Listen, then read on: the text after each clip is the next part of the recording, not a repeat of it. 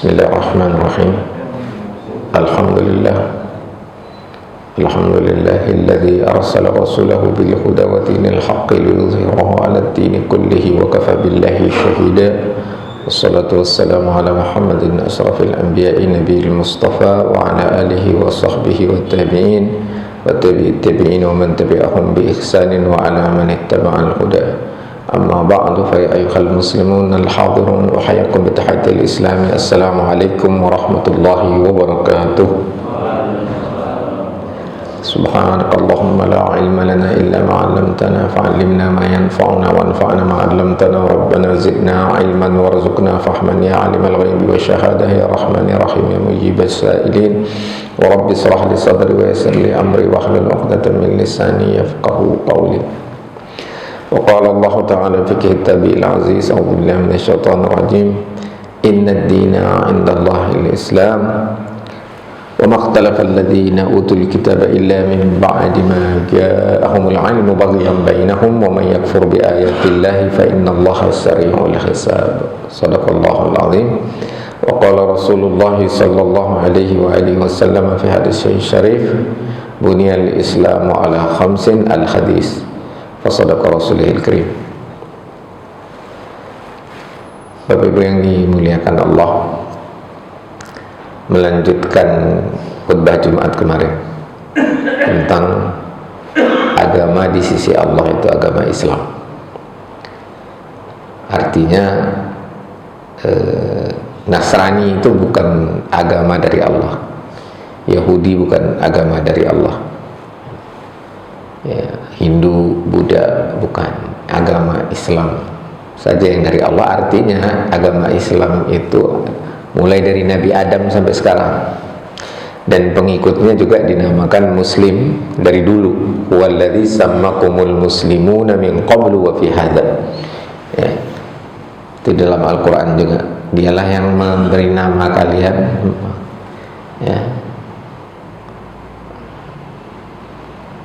muslimuna min qablu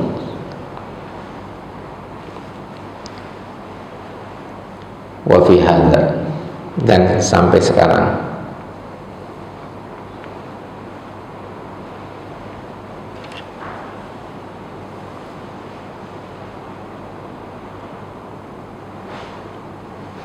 Dalam surat Al-Hajj ayat terakhir. Kemudian Nabi Allah Ibrahim juga bukan Yahudi, bukan Nasrani, bukan juga musyrikin. Dalam surat Al-Isra, maka Ibrahim Yahudiyyan wala Nasraniyya walakin kana hanifan musliman wa ma kana minal musyrikin.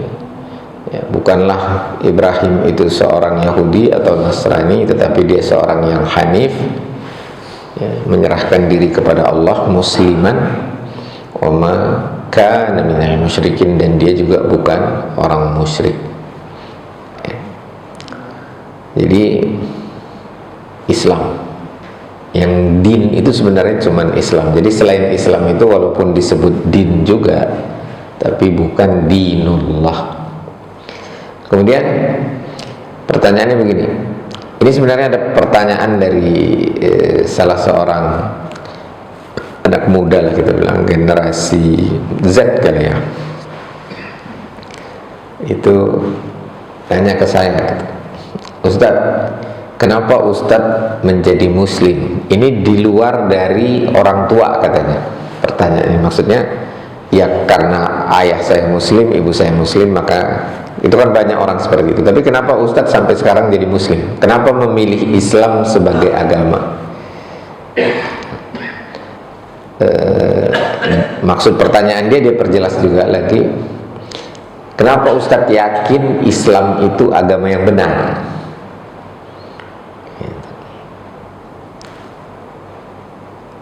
Bahkan sampai ke tingkat ini, kenapa Ustadz beragama? Gitu. Karena dia juga lagi mempelajari ateisme dan lain sebagainya.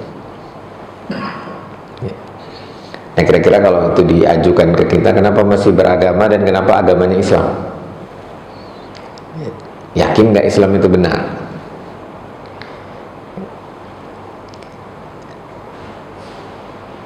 iman itu kaitannya selalu dengan yang gaib. Yang gaib itu artinya dia tidak tercerap oleh panca indera, tidak bisa terlihat oleh mata, terdengar oleh telinga, teraba oleh kulit, ya, terasa oleh lidah, ya, terendus oleh hidung, nggak bisa, ya, gaib. Ya. Sehingga tidak bisa kita membuktikan dengan sains. Nah, ini problem sebenarnya. Banyak orang berusaha membuktikan Islam itu benar dengan sains, ya, terutama untuk membuktikan Allah itu ada. Tidak bisa itu dibuktikan dengan sains, karena sains itu hanya menjangkau yang bisa kita pegang, yang bisa kita raba, atau nggak bisa terlihat, nggak terdengar, tapi terasa. Itu kayak listrik, ya dia terasa, pegang strum. Ya. Kalau dalam filsafat itu masuk kajiannya ontologi, tentang ada. Apa sih ada itu? Gitu. Filsafat memang begitu, nanyanya mendalam gitu. Apa itu ada gitu. Nanti setelah itu benar nggak Allah itu ada gitu. Bahkan orang filsafat mengatakan sebenarnya ada itu juga tidak ada gitu. Tidak ada yang benar-benar ada gitu. Semuanya adanya itu semu gitu. Ya. Nah, setelah saya pikir sejenak waktu itu, saya jawab begini, saya menganut Islam itu sama seperti HP Anda. Dia pakai HP-nya waktu itu selain Android, ya, yang HP-nya merek apa ya? Apple. Ya. Kalau HP Anda Apple, yang paling cocok diinstal aplikasi apa? Operating sistemnya iOS. Kalau Android, ya Android juga, walaupun nanti Android ada banyak versinya, ya. Baru dia kompatibel. Nah, begitu juga manusia ini, siapa yang menciptakan, maka agama yang paling pas diinstal ke manusia itu agama siapa? Ya, agama Allah katanya. Ya, itulah kenapa saya tetap Islam, karena saya merasakan, ya, keyakinan yang muncul dari merasakan bahwasanya Islam itu kompatibel sama saya sebagai manusia, ya, yang punya hati nurani, akal, panca indera, syahwat dan hawa nafsu, ya, punya emosi. Itu cocoknya sama ajaran Islam, ya. Jadi secara sederhana saya jawab begitu, dan dia merasa puas. Alhamdulillah dia merasa puas. Dia bilang begini, belum pernah saya dengar jawaban seperti ini. Banyak yang berusaha membuktikan dengan sains, sesuatu yang kita nggak pernah lihat. Allah mewahyukan kepada Nabi Muhammad, tapi kita terima Al-Quran itu sebagai wahyu Allah kepada Nabi Muhammad. Dasarnya apa? Iman gitu. Ya. Gitu. Cara kita mengetahuinya ya dengan iman aja, cara kita tahu itu. Nah, cara tahu itu atau iman itu nanti jadinya epistemologi. Kalau tentang ada tadi ontologi. Bagaimana kita tahu tentang gravitasi? Ya, nah, itu pakai panca indera. Maka panca indera itu, menggunakan panca indera itu disebutnya epistemologi. Cara mendapatkan pengetahuan itu epistemologi. Kalau ontologi itu tentang ada, dia adanya di mana? Coupling jadinya. Nah, agama itu couplingnya coupling iman, ya. Artinya dia diterima sebagai sebuah kepercayaan yang menghasilkan nanti keyakinan. Jadi dia diterima pakai hati nurani aja, tidak pakai panca indera.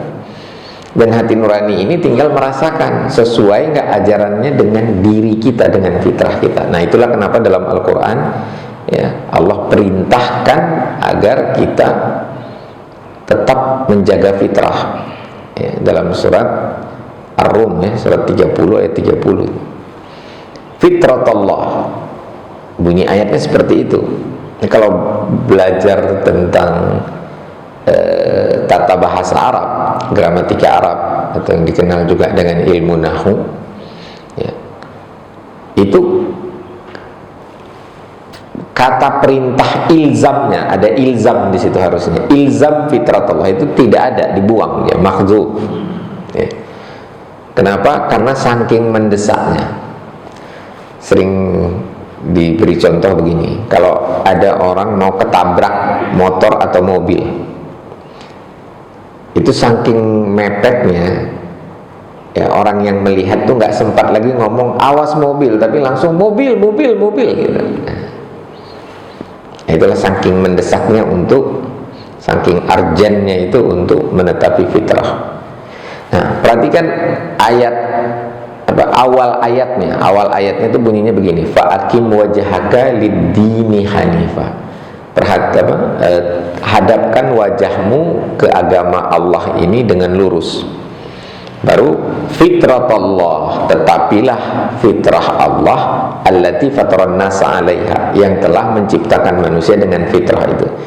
Nah, fitratullah itu ditulis pakai ta yang panjang, yang maftuhah, yang terbuka, bukan ta marbutah yang tertutup. Ya. Paham ya beda bentuk huruf ta itu? Kan ada ta yang biasa itu, yang panjang, ada yang ta tertutup. Nah, kalau fitratullah pakai ta terbuka, itu para ulama mengartikan itu agama, ad-din, sesuai ayat tadi surat 30 ayat 30, karena diawali dengan ayat yang berbunyi fa'akim wajhaka lid-dini hanifa, bid-din. Jadi fitratullah, nah itu artinya tetaplah pada agama yang Allah fitrahkan, agama itu di mana dia allati fataran nasa 'alaiha, yang sesuai dengan manusia diciptakan dengan itu juga, dengan fitrah manusia. Jadi agama itu fitrah, manusia juga fitrah Allah. Jadi dua-dua fitrah Allah, maka kompatibel. Softwarenya, operating sistemnya buatan Macintosh, HP Apple-nya juga buatan Macintosh, kompatibel. Coba install Android, pusing dia. Jadi kebenaran Islam itu dirasakan, karena kompatibel fitrah, ya, maka yakin kita itu benar. Jadi tidak usah berusaha membuktikan Islam itu benar secara sains. Bahwasanya banyak ajaran Islam yang sesuai dengan sains, banyak ayat Al-Quran yang bersesuaian dengan sains, itu pasti, karena sains itu sunnatullah, sedangkan Al-Quran ayatullah. Sains itu ranahnya, ontologinya adalah kauniyah, ciptaan, itu alam semesta ini kauniyah, ontologi. Sedangkan Al-Quran itu ontologinya adalah kauliyah, perkataan Allah, ya, firman.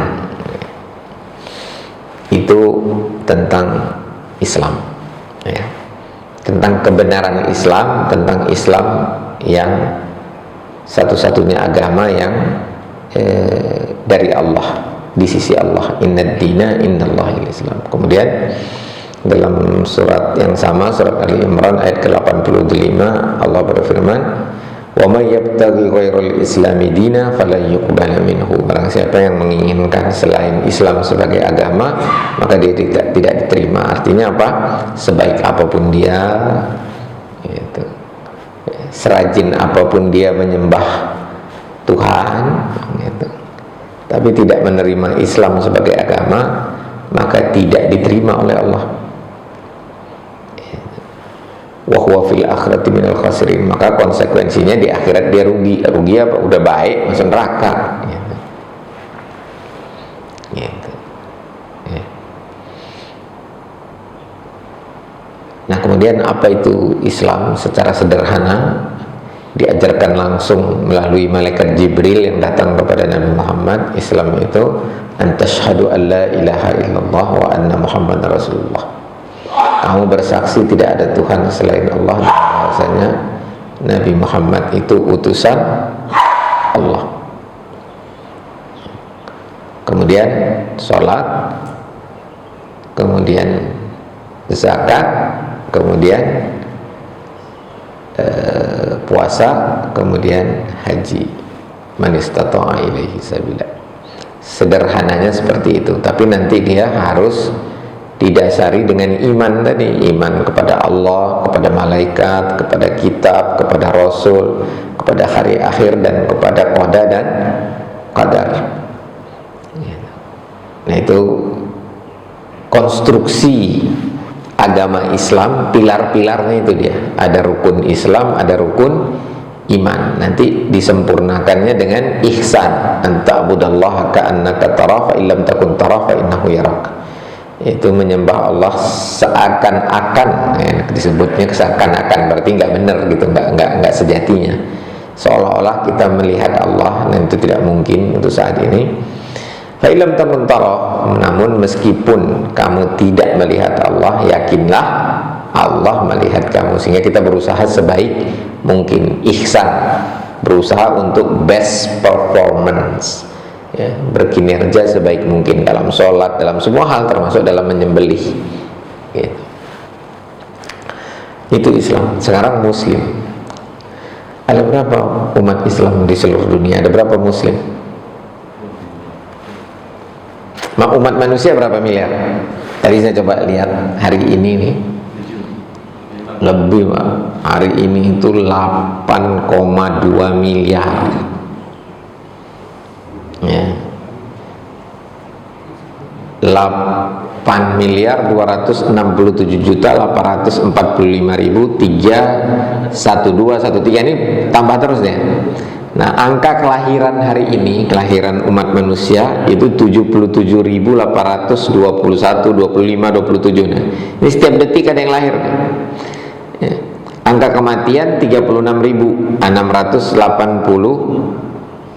Kalau kelahiran 1 menit itu 2 kelahiran. 1 detik 2 kelahiran. Kalau kematian 1 detik 1 kematian. Sehingga terjadi pertambahan sekitar 41.000, dan pertambahannya makin banyak, ya, makin banyak. Ini per hari ini, ya. Gitu. Nah, namun pertambahan umat manusia tahun 2025 itu 6 juta, ya.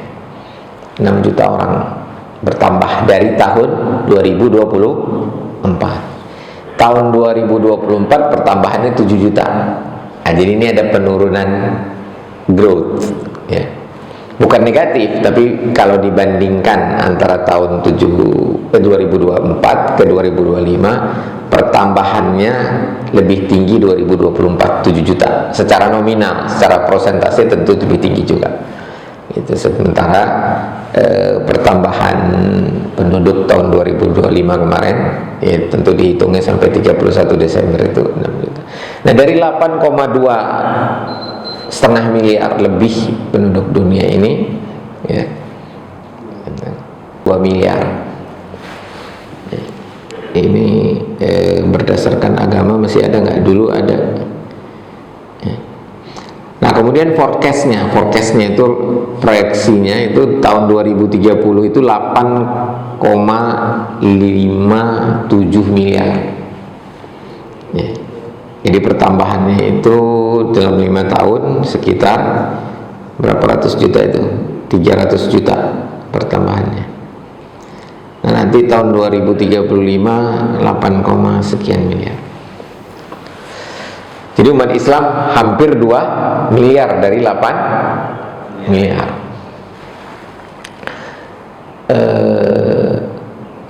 Suku Yahudi, sukunya, ya, bukan agama nih. Suku Yahudi itu berapa jumlahnya? Puluhan juta aja. Puluhan juta. Orang yang beragama Yahudi sekitar 7, nggak sampai 10 juta. Penganut agama Yahudi itu nggak sampai 10 juta.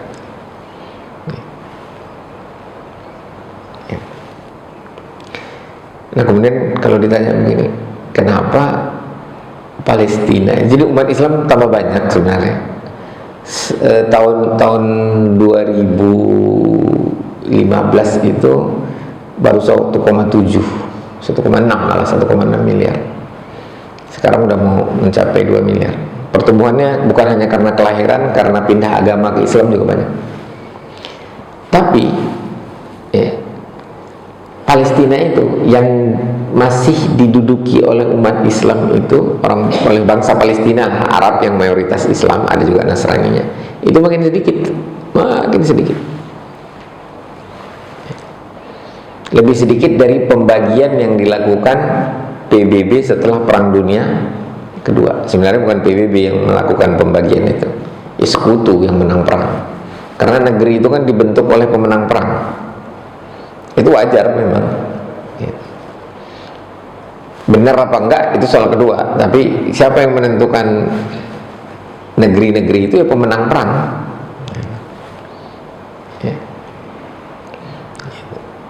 Pemenang perang tidak menyetujui adanya negara Kurdi, mengakui ada bangsa Kurdi tapi tidak mengakui negara Kurdi. Bangsa tidak perlu negara gitu. Maka tidak ada yang bela negara Kurdi. Pemenang perang mengakui atau menginginkan, lebih tepatnya, adanya negara Timur Leste. Ya ada negara Timur Leste, walaupun sebelumnya disuruh Indonesia caplok dulu supaya komunisnya nggak berkembang. Setelah selesai Indonesianya ditendang. Jadi Timur Leste dulu Timur. Jadi pemenang perang itu, sekutu itu membagi negara berdasarkan jajahan. Indonesia jajahan Belanda, ya udah jadi negara Indonesia. Walaupun Belanda tetap pengen Papua bukan bagian Indonesia, tapi sekutu mengatakan ya udah, kalau sesama sekutunya beda pendapat, mereka suruh bikin referendum. Tapi kalau sekutunya sependapat, yang lain nggak sependapat, nggak pusing. Kalau sekutu sependapat bahwasanya ada negara Israel yang bangsa Arabnya nggak sepakat, umat Islam nggak sepakat, itu nggak dianggap gitu. Sekalipun jumlahnya umat Islam itu, bangsa Arab itu ratusan juta, umat Islam hampir 2 miliar. Jadi kata Betawi nggak direken gitu. Direken banyak tapi nggak direken, dihitung banyak tapi nggak dianggap gitu. Nah sekarang pertanyaan berikutnya, kenapa kita umat Islam yang jumlahnya begitu banyak gak bisa menguasai Palestina?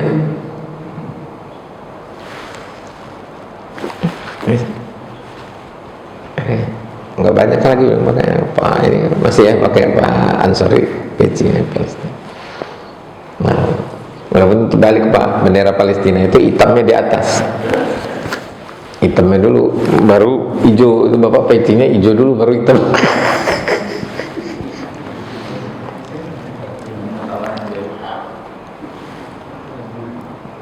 Jadi kenapa Israel semakin kuat? Sebagian Gaza sudah dicaplok, walaupun kata Israel kami nggak akan membangun pemukiman Yahudi di Gaza, cuma dicaplok aja supaya nggak ngelawan lagi. Padahal terus aja perlawanan sampai hari ini perlawanan. Kenapa Pak Herman Pak Hendar?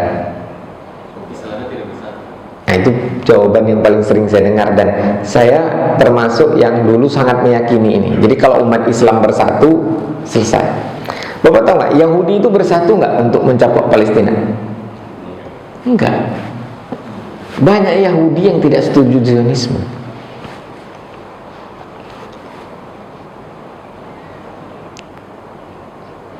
Apa mungkin mempersatukan hampir 2 miliar manusia? Itu 2 miliar itu sudah termasuk Syiah, termasuk yang nggak sholat itu Pak, termasuk itu 2 miliar. Dia masih mengaku Islam tapi udah gak jelas, itu banyak gitu.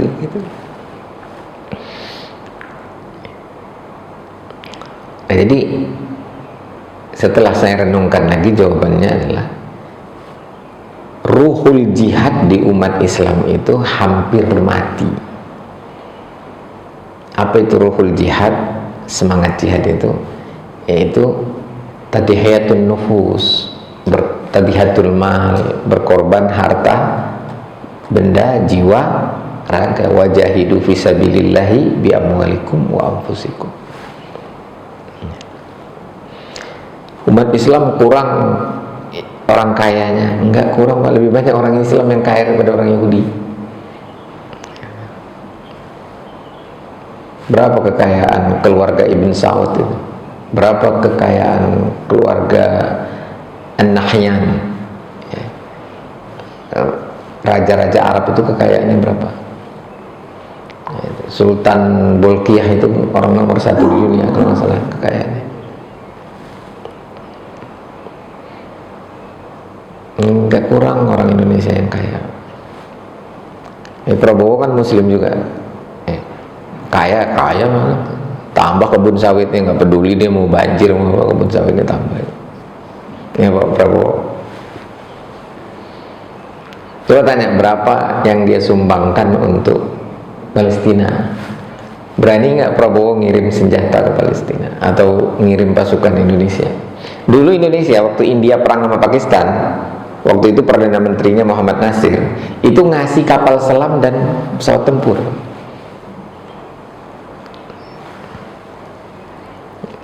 untuk membela Pakistan karena sesama negeri Muslim. Nah, jadi umat Islam bertambah, ruhul jihadnya berkurang. Nah, pertanyaannya lagi ini pakai pertanyaan-pertanyaan ada kajiannya ini sebenarnya. Kenapa semangat jihad, spirit perjuangan umat Islam itu nurun? Umatnya bertambah, semangat jihadnya kurang. Ini bukan karena persatuan, nggak perlu semua umat Islam ini satu. Ya. Nanti Lebaran aja beda tanggalnya. Bukan, ya sama-sama Lebaran 1 Syawal, tapi 1 Syawalnya yang beda hari gitu. Nggak ada masalah itu, beda hari. Puasa beda. Sekarang ini Ayyamul Bid versi pemerintah sama Ayyamul Bid versi NU aja beda. Versi NU itu Ayyamul Bid itu mulai dari hari Sabtu, mulai dari hari Sabtu tanggal berapa? 4 ya? Tanggal 3 atau tanggal 4 lupa saya. Baru aja tahun baru udah lupa. Tanggal 3. Jadi tanggal 3 itu tanggal 13 Rajab. Kalau versi pemerintah tanggal 2 itu 13 Rajab. Jadi puasa itu harus dari hari Jumat, Sabtu, Ahad selesai. Jadi kalau mau tambah Senin Kamis jadi 5 hari puasanya. Bulan Rajab kan bulan yang dianjurkan memperbanyak puasa. Itu nggak sama, puasanya nggak sama, nggak ada masalah. Puasanya nggak ada masalah. Mazhabnya banyak, ada Syafi'i, Maliki, Hambali, ada Zahiri.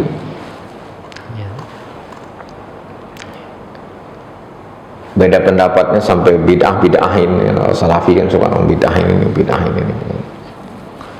Nggak ada masalah juga selama ruhul jihadnya tinggi. Masalahnya ruhul jihadnya itu yang lemah. Sementara Zionis, jadi kan gini, tidak semua Bani Israel itu Yahudi, tidak semua. Kalau Bani Israel itu jumlahnya puluhan juta, banyak Bani Israel, turunan Nabi Yakub. Tidak semuanya menganut agama Yahudi, dan tidak semua penganut agama Yahudi itu, atau tidak semua Yahudi itu pro-Zionisme. Tapi yang pro-Zionisme itu semangat jihadnya, berkorban harta bendanya luar biasa mereka. Dan sampai hari ini orang per orang warga negara Israel itu masih mengusir, ini individu mengusir orang Arab dari tanahnya, dibunuhin. Itu masih dimulai dari masa Nakba. Padahal dulu orang-orang Yahudi datang ke Israel sebagai pengungsi. Ketika sama-sama ditindas dengan kaum muslimin di Andalusia, umat Islam yang membelain bangsa Yahudi yang melindungi, karena konsep keadilan Islam. Dan sampai kapanpun orang Yahudi kalau dizolimi pasti dibela oleh umat Islam. Kalau Yahudinya menzolimi ya harus dilawan. Nah masalahnya ruhul jihadnya nggak ada. Boro-boro mau ngebela Yahudi kalau dizolimi, membela bangsa umat sendiri, umat Islam di Palestina aja nggak mampu. Nggak mampu dalam arti nggak mau sebenarnya, udah, karena ruhul jihad.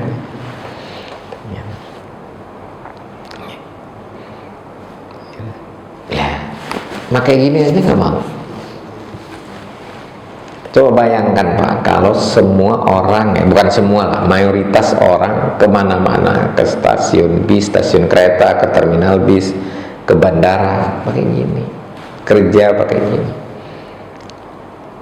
itu dampaknya besar secara politis, sosiopolitiknya itu besar sekali. Dan ini bagian dari ruhul jihad. Kemudian coba lihat boykot sekarang udah berkurang, udah banyak tuh yang makan di McD, minum kopi Starbucks, yang keuntungannya mereka berkorban untuk Zionisme. Dan yang paling banyak berkorban dalam tanda kutip untuk Zionisme itu adalah keluarga Rothschild, yang kayanya memang minta ampun tuh. Kaya karena ditindas. Jadi Yahudi ditindas di Jerman, dia malah tambah kaya. Rothschild itu kayanya, faktor kayanya, awal bisnisnya itu, orang Yahudi itu selalu bisnisnya lebih banyak di dunia keuangan, perbankan. Nah dulu orang minjamin ke orang-orang yang mau beli baju, mau beli rumah, gitu, mau beli kendaraan, terus kasih pinjam, bayar lebih. Gitu. Ada bunga, karena dalam doktrin agama Yahudi itu sesama mereka kalau pinjam nggak boleh ada riba, di luar mereka boleh, bahkan perlu pakai riba. Gitu. Nah kemudian kalau orang nabung itu dipersulit nariknya. Gitu. Kalau orang minjem dipersulit nggak bayarnya gitu. Nah Rothschild berpikir kalau minjemin ke orang awam itu resikonya masih tinggi gitu. Maka gimana kalau kita kumpulin uang, kita pinjamkan ke negara. Nah akhirnya banyaklah, termasuk sultan-sultan Turki itu minjem sama Yahudi, minjem duit itu sama Yahudi. Maka mereka makin lama sampai Sultan Abdul Hamid yang ditawari duit, tapi Palestinanya dikasih ke kami gitu. Kata Sultan Abdul Hamid, sultan terakhir dari kekhalifahan Utsmaniyah itu mengatakan, langkahi dulu mayat aku. Yang ngelobi dia langsung penggagas Zionisme namanya Theodor Herzl, setelah dia mendapat dukungan dari Rothschild. Disiapin dana, mau butuh berapa? Bagi mereka keluar uang mungkin 100 triliun untuk beli Palestina nggak ada masalah. 1000 triliun, ribuan triliun ditawarkan itu. Kalau dirupiahkan ya, ribuan triliun nggak ada masalah. Rupiah sekarang itu ribuan triliun. Biaya perangnya itu puluhan ribu sampai ratusan ribu triliun dari yang mulai awal. Perang kan biayanya besar banget. Tapi alhamdulillah Sultan Abdul Hamid nggak mau. Tapi birokrasi Turki waktu itu sudah korup dan sudah banyak pejabatnya yang terjebak hutang riba. Sampai sekarang semua bisnis, nggak semua lah, ini hiperbolik memang, hampir semua bisnis itu yang besar, kalau dilacak dana investasinya itu pasti terkait dengan Rothschild. Tapi oke, itu nggak masalah sebenarnya. Masalahnya kita punya ruhul jihad enggak? Kalau nggak punya, udah nggak usah berharap Palestina itu merdeka, nggak usah. Indonesia ini merdeka karena ruhul jihad, ya. Deklarasi jihad yang dikumandangkan oleh NU, Kiai Haji Hasyim Asy'ari, dan Muhammadiyah, Kiai Haji Ahmad Dahlan. Maka ada pramuka dulu namanya Hizbul Wathan.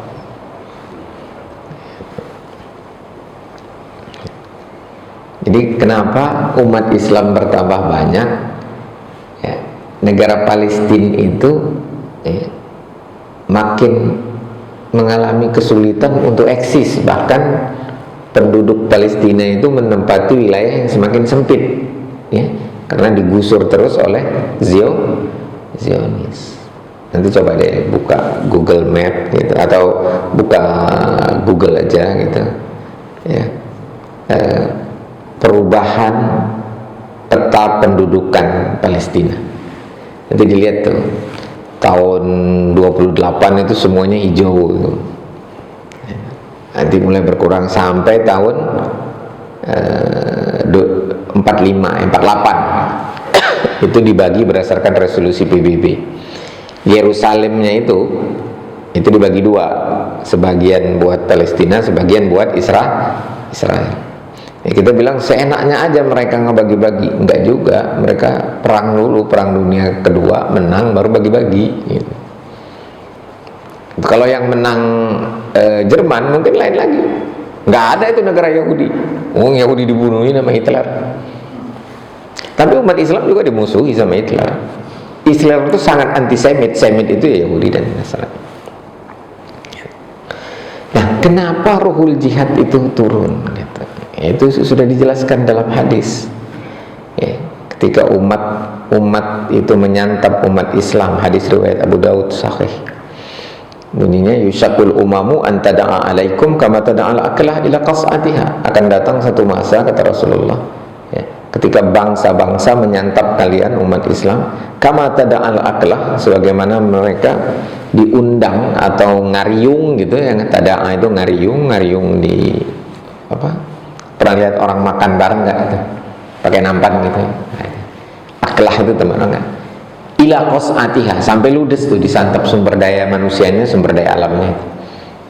Faqala qailun, salah seorang sahabat bertanya, hal min qillatin nahnu yawma idzin ya Rasulullah, apakah pada saat itu kita sedikit? Bal antum yawma idzin katsirun, kata Nabi Muhammad, kalian pada saat itu jumlahnya banyak banget. Kabusa isail, katsirun kabusa isail, banyak seperti buih. Kalau dibilang buih itu berapa jumlahnya? Banyak kan? Tapi buih nggak bisa bikin rubuh rumah. Dan buih aja dibilang, bukan buih deterjen. Kalau buih deterjen itu masih bisa membersihkan kan? Umat Islam ini buih aja, buihnya kagusa isai, buih air arus. Ya. Ada pepatah beriak tanda tak dalam. Riak itu kan menimbulkan buih. Buih nggak bikin hanyut, nggak bikin rubuh pohon. Umat Islam tidak menjadi tayar, tidak menjadi arus, dia menjadi buih. Kenapa tidak menjadi arus? Karena tidak lagi menjadikan jihad sebagai amaliyahnya. Sholat masih rajin, walaupun yang nggak sholat udah banyak. Tidak lagi menjadikan jihad sebagai, bahkan jihad itu sekarang coba diupayakan oleh orang-orang humanis, penganut humanisme itu, sebagai sesuatu yang kejam, sadis. Jihad disamakan dengan teroris. Teroris disamakan dengan perbuatan bengis. Padahal Islam memang menganjurkan menteror musuh Allah. Dalam surat Al-Anfal ayat 60, turhibuna bihim, to make terror atau to make fear, untuk membuat takut. Siapa? Musuh Allah. Sekarang lihat Amerika menteror dunia. Trump itu menteror dunia dengan perang tarifnya, kekuatan militernya. Satu hari yang lalu, kemarin persis kemarin, nyerang Venezuela. Bahkan dia mengklaim sudah menangkap Presiden Maduro, Presiden Venezuela. Ya udah, suka hati dia, orang dia punya kekuatan. Dan Allah berkehendak, Allah mengizinkan itu. Kalau secara spiritual, kenapa Palestina makin menciut, kenapa Israel makin kuat? Ya Allah masih berkehendak itu. Kenapa umat Islam nggak bisa unggul? Ya Allah masih berkehendak. Itu spiritual lah jawabannya. Karena nggak ada yang terjadi di dunia ini kecuali atas kehendak atau izin Allah. Gitu. Kenapa Allah belum berkehendak? Iya, karena ada sunnatullahnya. Kalau nggak ada semangat jihadnya, ya nggak mungkin menang begitu saja. Kalau ada semangat jihadnya, miskin, jumlah pasukannya kecil, persenjataannya lemah, tapi ruhnya ruh jihad, ya menang. Ya, jadi sampai saat ini apa yang Allah kehendaki? Allah kehendaki ada Hamas. Itu udah cukup pusing Zionis. Hamas jumlahnya cuman puluhan ribu, ya dengan pendukungnya jutaan sih. Udah bikin pusing itu.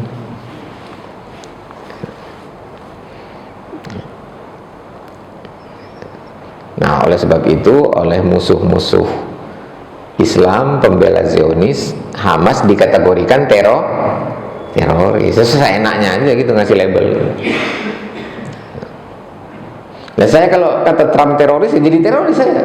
Karena teroris itu semua yang dianggap Trump teroris. Itu definisinya udah begitu. Jadi kalau dia dengar ini ceramah, ini hate speech, teroris. Coba dimasukkan YouTube, take down lagi. Pokoknya kalau bicara jihad itu di take down. MUI sudah berusaha mengingatkan umat dan pemerintah dengan fatwanya, dan kebetulan kami ikut pada ijtima ulama tersebut, ya, untuk tidak memberikan kesan negatif pada istilah jihad dan istilah khalifah atau khilafah. Ya, tapi tetap aja musuh Islam itu terus. Ikhwanul Muslimin dicap teroris. Sebelumnya udah dicabut itu. Karena Ikhwanul Muslimin nggak pernah ngebunuh orang. Ini pernah bunuh Yahudi waktu perang Arab Israel itu, pernah ngirim pasukan. Ini namanya perang. Tapi nggak pernah itu ngebom sana, ngebom sini, nggak pernah.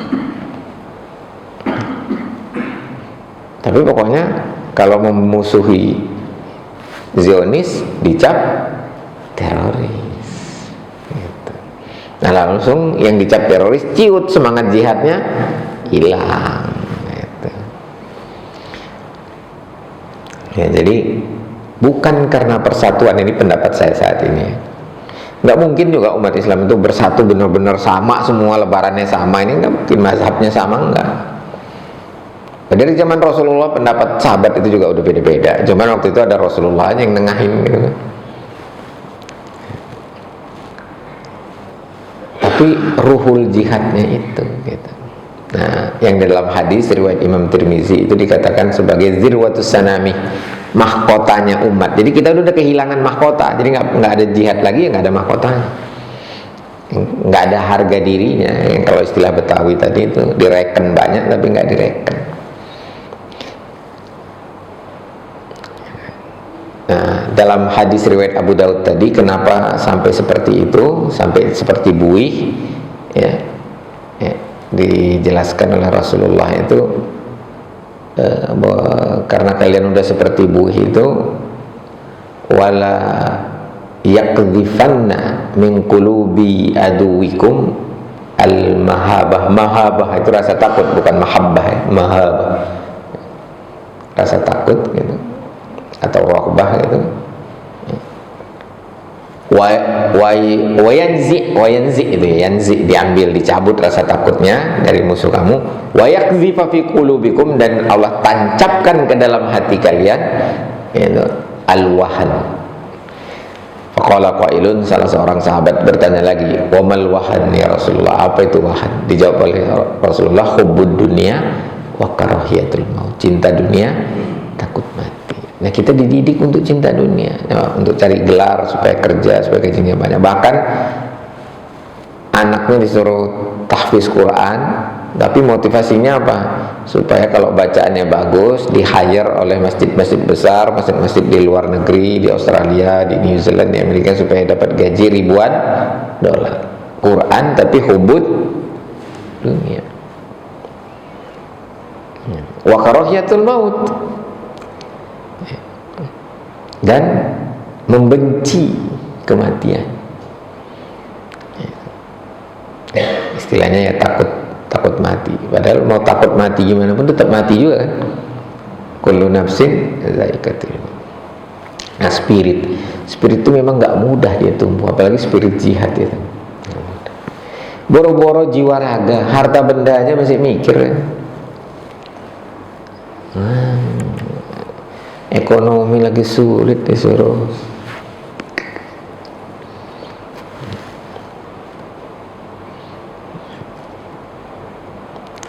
Ini realitas umat Islam, tapi nggak perlu kecil hati. Kan yang paling utama itu bukan tegaknya negara Palestina, bukan, bahkan bukan berdirinya eksistensi Indonesia yang sampai ratusan tahun itu nggak terlalu penting sebenarnya. Yang penting kita masuk surga apa enggak kan gitu kan. Ini jempol, ini mulut, ini harta, ini itu sudah digunakan nggak untuk membela Palestina yang dizolimi, untuk membela Islam. Kapan menang itu terserah, itu urusan Allah. Karena yang penting itu masuk surga. Sehingga nggak perlu putus asa. Saya udah nyumbang sekian, udah ngebelain di Facebook, udah pakai ginian, atribut, udah boykot. Kok Palestina nggak menang-menang? Itu urusan Allah, bukan urusan kita. Terserah Allah. Emangnya dulu nggak pusing itu umat Islam di Indonesia ngelawan Belanda 350 tahun. Palestina baru 70 tahun. Terserah Allah mau berapa tahun. Ya. Tapi pasti ada pertolongan Allah, dan pertolongan Allah itu dekat kalau ruhul jihadnya kuat. Kalau jauh, jauh. Kalau masih cinta dunia. Dan umat Islam kalau saat ini menguasai dunia itu malah bahaya mungkin. Bisa maksain orang masuk Islam semuanya deh. Nah, ini problem-problem berikutnya. Udah survei. Umat Islam itu masih gampang emosi. Sikapnya itu masih emosional, berdasarkan emosi. Masih banyak yang mengalami logikal falasi, sesat logika. Ya, seperti ad hominem. Kalau diskusi itu yang diserang orangnya, bukan argumennya, bukan pendapatnya. Atau ad verecundiam. Ad verecundiam masih masuk bagian ad hominem, argumentum. Ad itu argumentumnya, ya. Ke orangnya juga. Itu kan yang ngomong orang hebat. Nah, kalau orang hebat emang nggak bisa salah.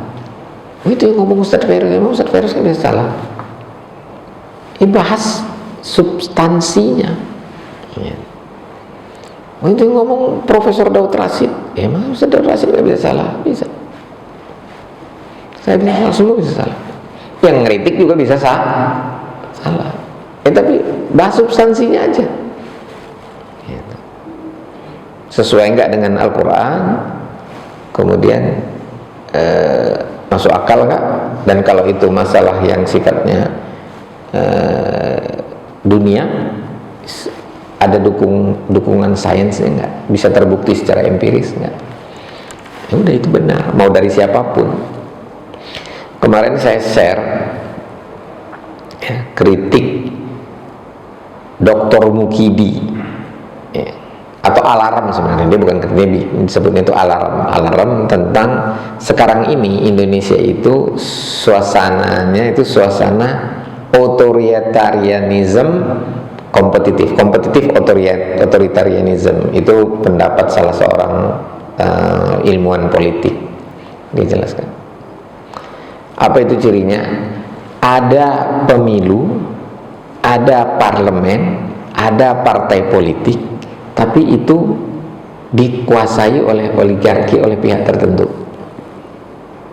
Jadi nggak murni lagi. Dia cuman bajunya aja yang demokrasi, tapi sebenarnya tidak terjadi demokrasi itu.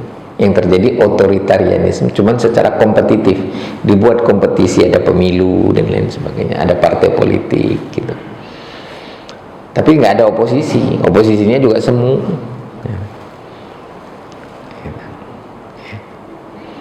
Ini setelah perang dingin selesai itu banyak sekali negara yang situasinya seperti itu, dan dilalah apa istilahnya? Itu hampir seluruh negeri Muslim itu begitu. Coba lihat negeri yang ekonominya maju, bandingkan antara negeri Muslim sama negara Barat. Saya nggak bicara negara Kristen, karena Barat itu juga sudah nggak Kristen lagi deh. Barat aja lah bilang udah nggak beragama. Yang lebih demokratis mana?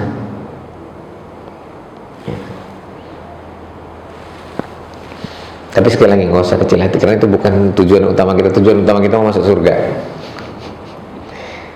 Sampai kapanpun Indonesia nggak sejahtera nggak apa-apa, yang penting kita masuk surga.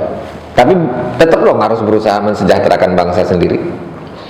Kalau nggak berhasil nggak apa-apa, yang penting masuk surga karena sudah berusaha. Kita dakwah, nggak ada yang menerima dakwah kita, ya nggak apa-apa. Yang penting kita udah dakwah, karena dengan alasan dakwah itu kita sudah layak untuk dimasukkan ke dalam surga, dapat rahmat Allah. Tapi ya kita harus baca juga realitas itu tadi kan, kenapa gitu. Jadilah renungan-renungan, dan setelah renungan harus ada upaya. Saya yakin ilmu bapak ibu ini udah banyak. Kalau soal fikih mah udah ustadz yang ngajar sini udah keren-keren lah gitu kan. Kalah pun saya kalau soal fikih. Tapi kesadaran beragama kita itu sampai nggak ke tahap ruhul jihad. Kita mendidik anak kita untuk punya ruhul jihad nggak? Bahkan kalau kita bilang iya, kita mengalami kebingungan gimana caranya supaya tumbuh ruhul jihad. Saya sendiri nggak punya ruhul jihad.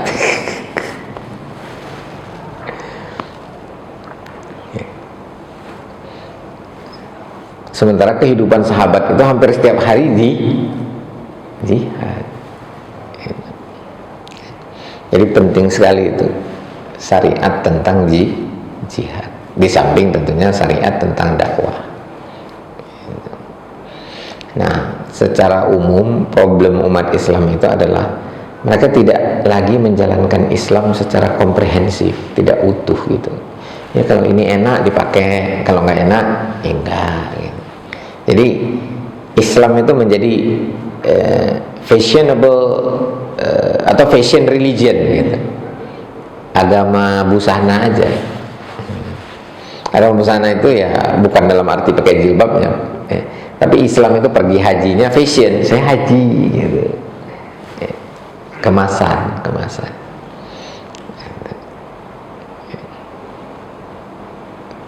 Nah, jadi mudah-mudahan Palestina bisa kembali terlepas dari kebiadaban, bukan lagi jajahan, kebiadaban Zionis, terbebas dari genosida, dan pendukung-pendukungnya juga mendapatkan kehancuran. Donald Trump dan orang-orang Amerika dan Eropa yang mendukung Zionis, banyak juga orang Amerika dan Eropa yang nggak mendukung Zionis, yang bela Palestina banyak.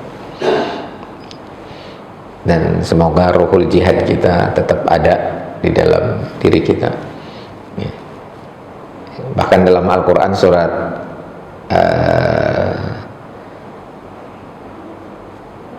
Al-Hujurat itu, orang itu baru disebut beriman katanya, innalladzina amanu alladzina amanu billahi wa rasulihi wa yujahidu fi sabilillahi bi amwalihim wa anfusihim. Jadi kalau nggak ada ruhul jihad, imannya diragukan. Artinya rukun Islamnya dan rukun imannya itu nggak kuat gitu, nggak terhujam.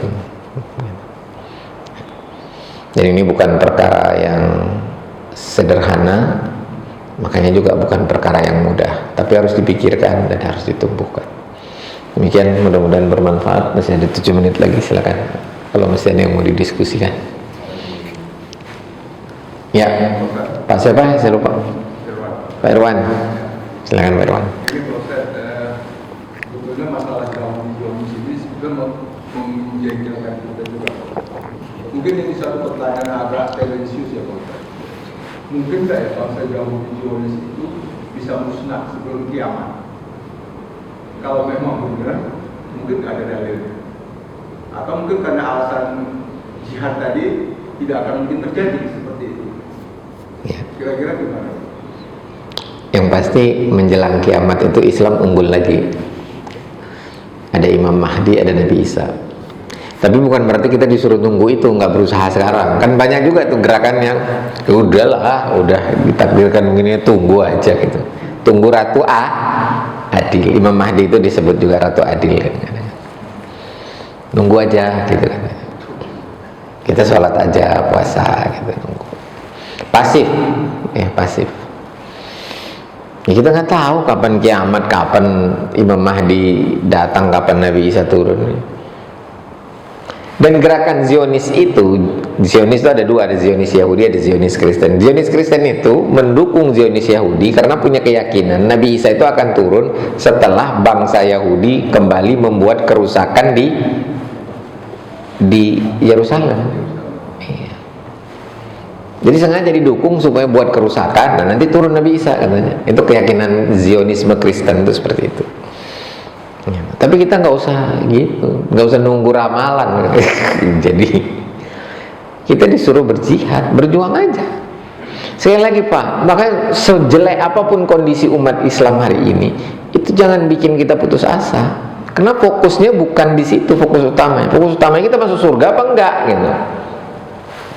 Enggak berdiri pun negara Palestina itu enggak terlalu masalah. Kita berjuang enggak untuk membela Palestina. Kalau udah berjuang insya Allah masuk surga. Kalau membelanya karena Allah, dan enggak mungkin karena Allah kalau enggak sholat. Banyak enggak orang yang bela Palestina tapi enggak sholat? Banyak. Bahkan jangankan enggak sholat, enggak Islam nih bela Palestina. Bagus, dapat enggak pahala dari Allah? Pahala akhirat enggak ada, ganjaran di dunia ada atas kebaikannya. Karena Allah tidak pernah mengabaikan kebaikan sekecil apapun sekalipun dilakukan oleh orang kafir. Hal jazaul ihsan illal ihsan.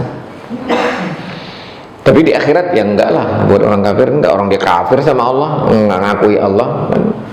Wa may yabtaghi ghairal islami dina fala yuqbal minhu wa huwa fil akhirati minal khasirin. Itu Pak. Ya jadi pilihan mau pasif apa mau aktif gitu. Apakah bangsa Yahudi nanti hancur? Yang jelas umat Islam unggul. Umat Islam masih ada nggak musyrik dan Yahudi dan Nasrani? Mungkin ada, tetap ada, tapi nggak unggul. Ya, seperti dulu kan yang unggul Islam di zaman kekhalifahan dulu. Nah, kapan itu unggulnya lagi? Ya, kita nggak tahu juga kapan itu. Nggak bisa diprediksi tahun sama kayak orang yang mau prediksi kiamat dulu tahun 2012 katanya kiamat tanggal 12 bulan 12 tahun 2012. Nanti ada lagi yang punya pikiran tahun 2000 berapa gitu nanti ya. Dulu 2020 pokoknya di angka-angka cantik itu adalah ramalan gitu. Lah kita kok jadi mistik begitu? Nah itu tadi saya bilang kita tuh masih begitu. Manajemen juga lemah umat Islam ini. Kalau ekonomi nggak terlalu lemah umat Islam ini, cukup kuat, cukup banyak juga. Tapi ruhul jihad yang lemah. Gitu. Dulu saya tahun berapa masih SMA itu saya baca buku mengapa kita kalah di Palestina. Wah itu tentara-tentara Arab itu panglimanya itu masih mabok-mabok di bar itu waktu sedang perang. Disebutkan namanya siapa, tempatnya di mana dia mabok. Itu artinya lokus, tempus sama modusnya jelas, ini faktual seperti itu. Masa begitu mau menang? Gitu Pak. Menjengkelkan, tapi nggak usah sampai frustasi. Udah itu pakai peci, pakai ginian terus, makin banyak orang kampanyekan terus penggunaan atribut Palestina. Ada Indonesianya, Indonesia berdiri bersama Palestina. Kemudian boikotnya jangan berhenti, gitu kan.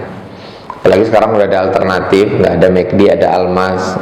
Oh, tapi saya nggak cocok sama selera itu ya, udah bikin sendiri daripada mendukungnya. Nah itu bagian dari jihad sebenarnya, jihad yang sederhana itu. Nggak harus sampai berkorban nyawa, berkorban selera aja nggak mau.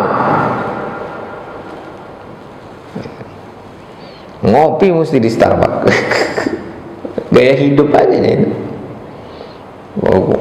Warung kopi berjamur sekarang macam-macam.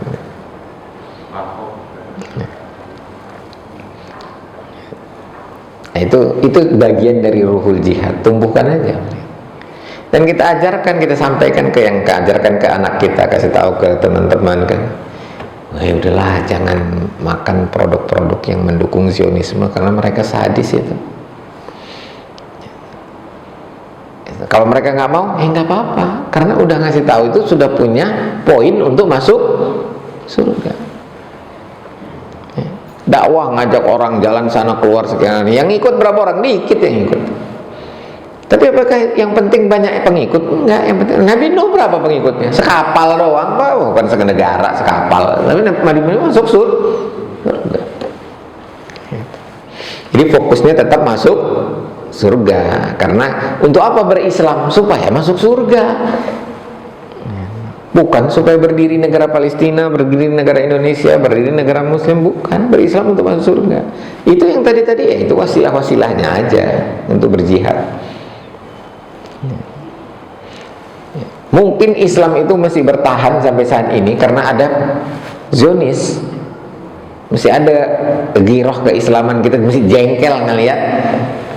Kalau udah makmur semua itu timbul fitnah. Dulu saya pernah bahas fitnah. Ada salah satu fitnah itu namanya fitnah fitnah kesenangan.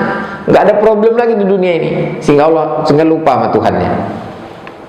Dan ginilah, orang yang bernafas itu berapa persen yang sadar kalau oksigen itu dari Allah? Paru-paru itu Allah yang kasih. Jarang orang merasakan nikmatnya bernafas karena udah take it for granted dia. Udah tiap hari dilakukan, jadi lupa. Makanya sesekali Allah ingatkan, dikirimlah sama dia corona, jadilah COVID. Nah, baru tahu oksigen itu penting dari Allah gitu. Itulah kenapa Allah kirim Zionis. Jangan salahkan Allah, introspeksi aja diri kita. Al-haqqu min rabbik fala takunanna minal mumtarin. Kebenaran dari Allah, jangan ragu-ragu atas kebenaran. Apa yang kami sampaikan tentu tidak terlepas dari kesalahan dan khilafan kami sebagai manusia. Untuk itu walafu minkum wastaghfirullah li wa lakum wallahu al muwaffiq ila aqwamit thoriq. Wassalamualaikum warahmatullahi wabarakatuh.